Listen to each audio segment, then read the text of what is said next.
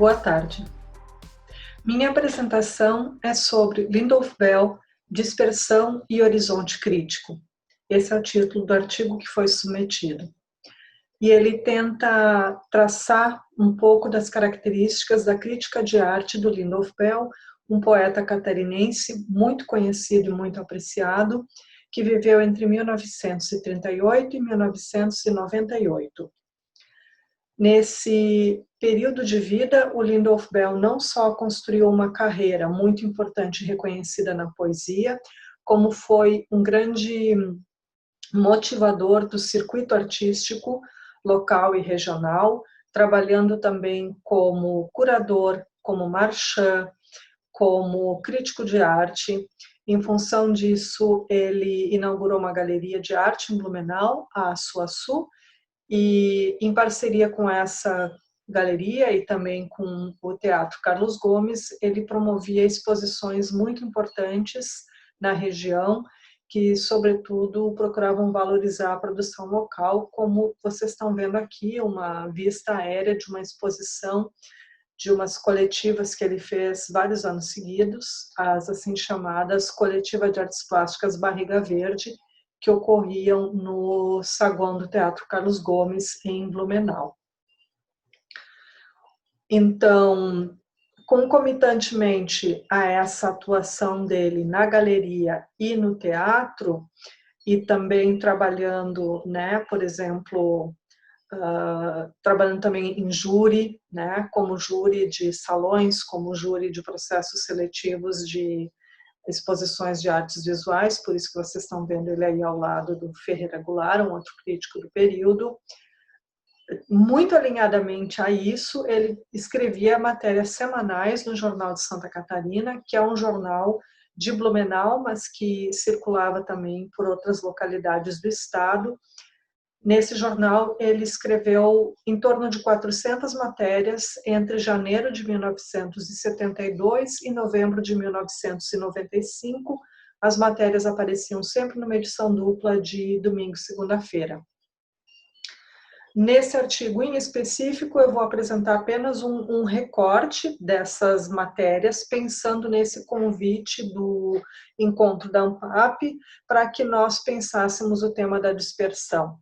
Então, eu fiquei pensando como o Lindolf Bell vai auxiliar nessa localidade, como ele vai contribuir também para a dispersão de maneiras de entender a arte, de enxergar a arte, de perceber a arte que vem dos grandes centros. E o segundo objetivo, que é um pouco metodologia do artigo, é operar em proximidade entre as artes visuais e a poesia, ou seja, trabalhando com imagens poéticas. É um formato que eu tenho utilizado bastante e que condiz muito com um objeto de pesquisa que justamente é um crítico de arte que também é um poeta. Essa aproximação me levou, então, a buscar uma poesia da Cora Coralina, uma poetisa lá da cidade de Goiás, onde aconteceu a última edição do encontro da ANPAP, em função de como a Cora Coralina trabalha a imagem do beco nesse poema em questão. Então, a ideia é aproximar a ideia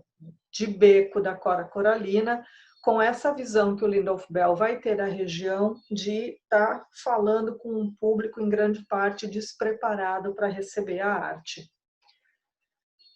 Então, a gente identifica na fala do Lindolf Bell que ele se dirige a um público local e regional que não é especializado, que não tem muito conhecimento sobre arte, mas ele tem preocupação de alcançar esse público. Ele também se dirige aos artistas e outros profissionais do setor, assim como ao poder público municipal e regional.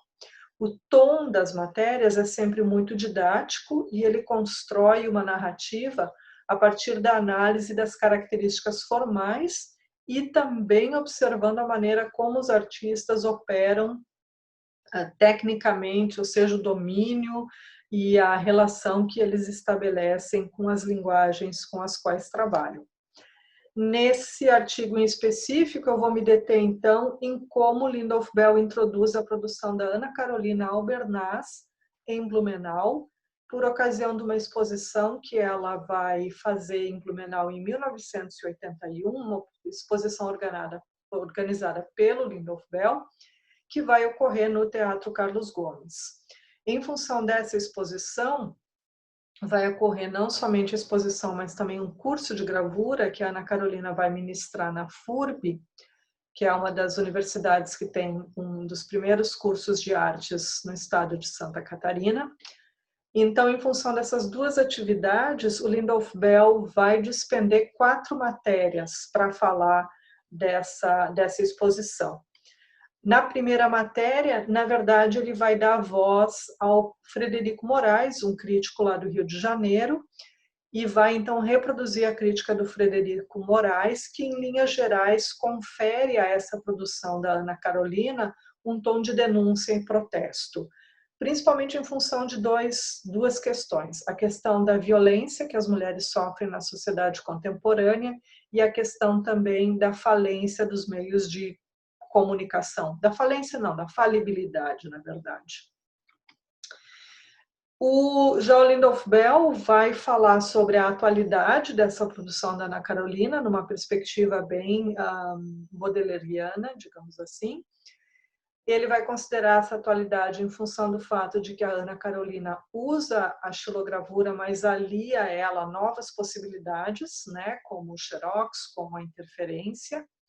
E ele também vai se mover por essa questão das inquietações que movem a artista, que para o Lindolf Bell são sempre inquietações que dizem respeito a toda a coletividade.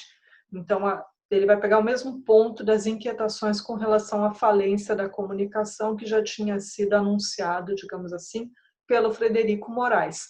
Porém, eu considerei uma estratégia dele, ele trazer a crítica do Frederico Moraes, porque, na realidade, o texto do próprio Lindolf Bell ele já tinha escrito anos antes, né? A primeira vez que um texto sobre a Ana Carolina aparece no jornal é bem antes dessa exposição de 1981, na época em que o Lindolf Bell conheceu a Ana e ficou sabendo do trabalho dela. E como o Lindolf Bell tem essa preocupação de sempre, a partir do trabalho de um artista, reconhecer uma questão que diz respeito à coletividade, é que a gente pode entender um comentário como esse que ele faz quando ele diz que um dos elementos que aparece na produção da Ana é a mão, que porém não é qualquer mão,